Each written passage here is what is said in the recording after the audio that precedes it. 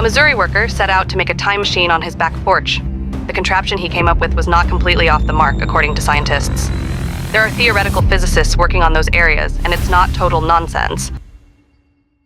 Well, this was, I was using square waves, to where I could actually, it was easy, controlling the duty cycle is easy to control the voltage that way. Right. So, because you can't really find, it's hard to find variacs rated at megawatts, so. Man, I'll tell you, if you were using square waves, I bet the ham operators heard you for miles. Time travel is often considered one of the most fascinating scientific topics of modern times, combining hypothetical arguments and futuristic theories that link some of the universe's biggest questions with groundbreaking discoveries in the quantum world. While most physicists and academics dismiss the concept as entirely impossible in reality and a violation of entropic theory, a small group of individuals remain deeply committed to exploring the idea. Danbury police say the voltage that Markham had diverted into the contraption caused power interruptions in and around the northwest Missouri town of about 1300. Markham was arrested January 29th on a felony charge of stealing the transformers from a power generating station in King City. He pleaded guilty and last month was placed on 5 years probation.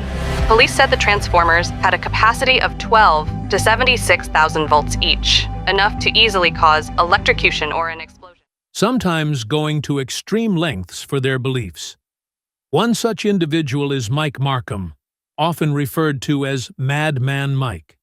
He risked everything for his ideas and became the focus of one of the Internet's most bizarre time travel mysteries. In 1995, Michael Markham was working on his home and struggling with long-term unemployment. Let's say it's 400 turns in your primary, and there's 4,000 turns in your secondary. Mm-hmm. Well, 10 times the turns, then you'll get 10 times the voltage. Having spent a few years studying electrical engineering, Markham was confident that if he could secure funding for his personal projects, he could create a groundbreaking invention to escape his financial troubles. I set out to find young Mr. Markham, and I found him. Michael, are you there?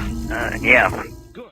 However, by the time he was 21, Markham's desperation grew, and many of those who knew him noted his apparent decline. Around this period, Markham began experimenting with a simple electrical device called a Jacob's ladder. A Jacob's ladder is a basic device that demonstrates the behavior of electricity when paired with rising hot air. According to its design, the transformer at the base of the ladder generates a potential difference between two vertical parallel wires. This potential difference forces electrons to repel one another, causing them to jump between the two wires to maximize their separation. This process creates an arcing spark that is visible as it connects the wires horizontally. As the spark forms, it heats the surrounding air, which then acts as a conductor, functioning like an imaginary third wire. Since hot air rises, the spark ascends vertically between the wires. Once the spark reaches the top, the connection breaks, and the cycle begins again at the bottom. According to Markham, once he managed to get his Jacob's ladder functioning by using a CD laser to lower the air resistance between the two wires and create a continuous arc of electricity, he claimed to have witnessed something extraordinary. Markham said that the electrical arc began forming a vortex, which distorted light and appeared to take on an almost three-dimensional appearance. Curious about the effect this vortex might have, he tossed a sheet metal screw into it. He watched as the electricity struck the screw, causing it to vanish into thin air. Initially, Markham thought he had stumbled upon a primitive version of an electrical death ray. However, after a few seconds, the screw reappeared, falling from the wires as though it had been transported back to its original location. Markham immediately theorized that he had witnessed the effects of a time machine. He believed that the screw had been transported through time and reappeared once the timeline caught up to its new location. Unfortunately, before Markham could test this theory further, the compact disc laser he was using for the experiment caught fire and burned out. Struggling financially and eager to continue his work, Markham decided to scale up the experiment in the hope of sending himself into the future to retrieve winning lottery numbers, then returning to the present to win the lottery. Wasting no time, Markham visited several electrical engineering stores to purchase more powerful transformers. However, he discovered that scaling up his experiment would require a transformer costing over $20,000, far beyond what he could afford. Disheartened by his financial troubles, Markham left the stores feeling defeated. After a few days, he devised another plan. Remembering a local power station nearby, he secretly visited the location at night and discovered unprotected Josephson lines and a powering station in King City, Missouri. After spending several hours examining the location and scouting the area, he discovered 6 inactive transformers, each weighing over 300 pounds and capable of producing several times the energy needed for his experiment to work. Back at home, Mike Markham connected the transformers to his house's power lines and built a larger and more advanced version of a Jacob's ladder. Preparing to step into the arcing stream of electricity, he switched on the power. However, the overload on the electrical grid caused by the transformers triggered a massive brownout, leaving half the city dealing with electrical outages, damaging hundreds of home appliances and shutting down the grid for several hours.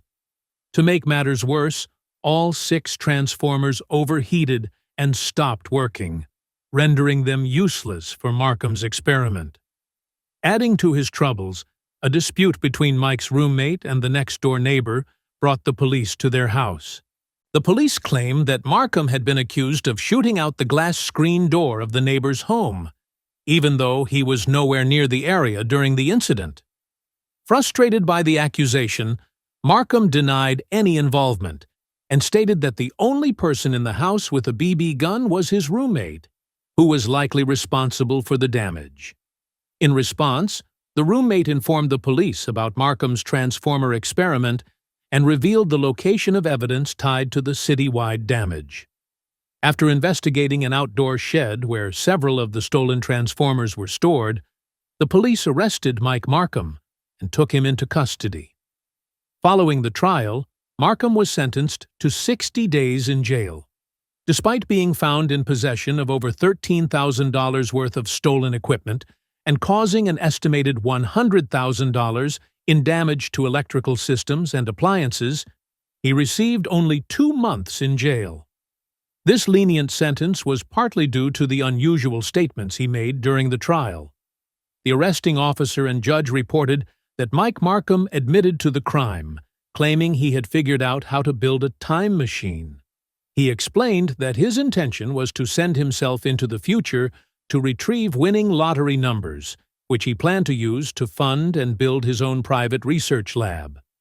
After hearing the case, the judge determined that Markham was suffering from severe mental impairment and likely experiencing delusions or an illness, leading to him receiving the minimum sentence allowed by law. Following the trial, the Kansas City Star published a story about Mike Markham, presenting it in a light-hearted manner. The story quickly gained local attention, boosting the case's popularity. From the high desert and the great American Southwest, I bid you all good evening, good morning, good afternoon, wherever you may be in the world's time zones, all of them covered amply by this program, Coast to Coast AM. I'm Art Bell. It is my honor and privilege to be escorting you through the second half of the weekend, and what a program it is going to be tonight. While Markham was in jail, the story reached the ears of Art Bell, the host of Coast to Coast AM, a radio show focused on paranormal and supernatural topics. Bell contacted Markham to hear his version of the events. Eager to secure funding for his time travel research, Markham agreed to appear on the show to share his story. During the broadcast, he detailed the thought process behind his time machine and referenced well-known theories related to time travel, including the electromagnetic vortex field associated with the Philadelphia experiment.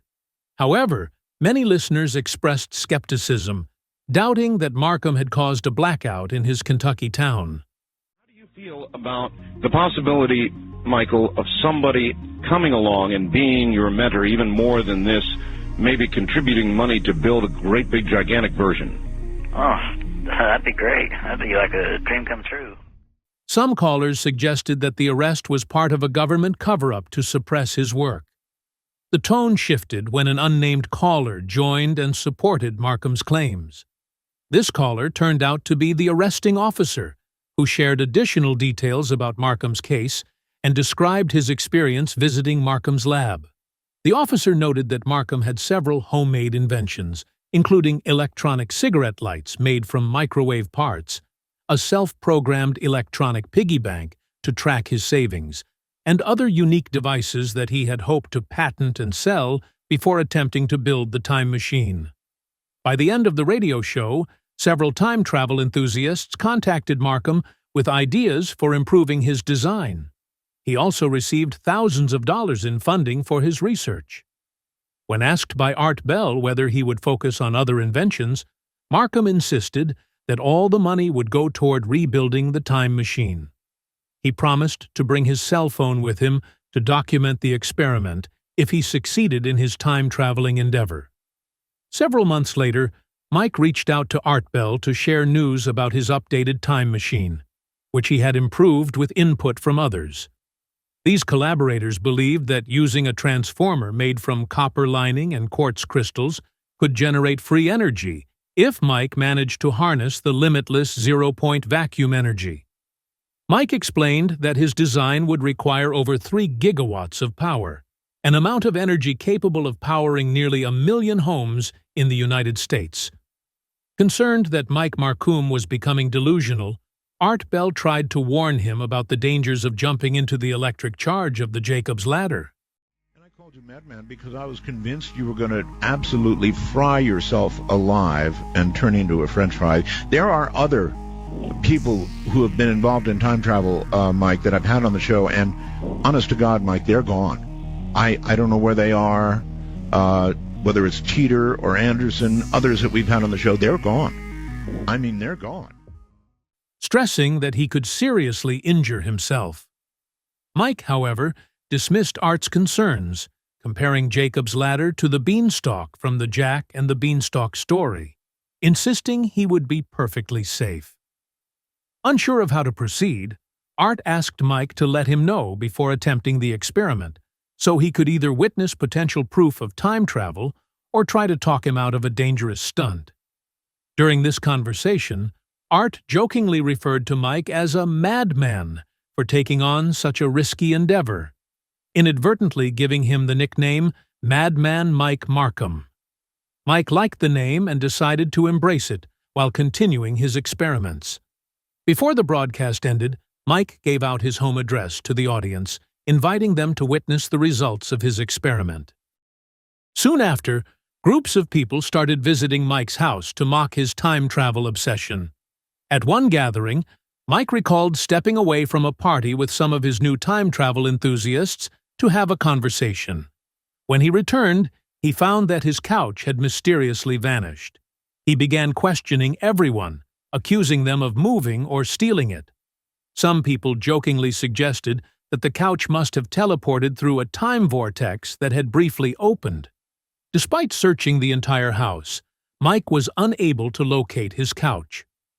Years later, a caller to Coast AM asked Art Bell about Mike Markham and the outcome of his time travel experiments. Art, recalling the strange story, promised to look into it. Later, he reported that Mike's phone number was no longer active, and that his close friends had no idea where he had gone. According to them, Mike had disappeared one day after mentioning he was working on one final experiment. Curious about the sudden turn of events, listeners began calling into the show to share their own experiences with Mike and speculate about his possible whereabouts. Before the show concluded, one caller presented an even stranger theory about Mike's disappearance.